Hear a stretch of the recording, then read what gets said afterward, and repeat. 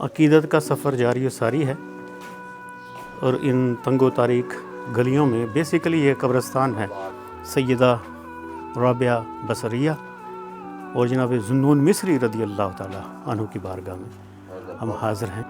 اور حنفیوں کے ایک بہت بڑے عالم گزرے ہیں السیدی عثمان الزیلمی رحمہم اللہ، یہ ان کی مزار اقدس پہ ہماری حاضری ہے جناب۔ قبر انور ہے اندر، یہ آپ زیارت کر رہے ہیں، اور ان کی بارگاہ سے گزر کے تو یہ بیسیکلی یہ سارا قبرستان ہے۔ یہ بدقسمتی سے مزار شریف بند ہے السیدہ رابعہ العدویہ اور سیدی ذوالنون المصری رضی اللہ تعالیٰ عنہ اور سیدی محمد بن حنفیہ۔